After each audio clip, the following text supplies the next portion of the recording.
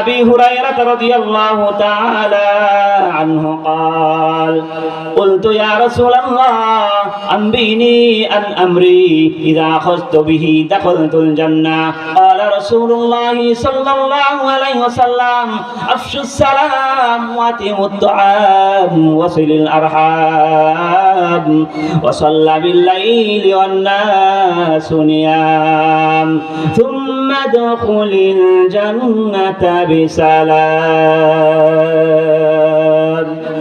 আবু হুরায়রা রাদিয়াল্লাহু তাআলা আনহু বলেন মুসনাদে আহমদ 999 নম্বর হাদিসের মধ্যে আবু হুরায়রা নবীজিকে প্রশ্ন করলেন, ইয়া রাসূলুল্লাহ, আমাকে এমন কিছু আমল শিখায় দেন যে আমলগুলি করলে দাখালতুল জান্নাত, আমি জান্নাতে যেতে পারবো।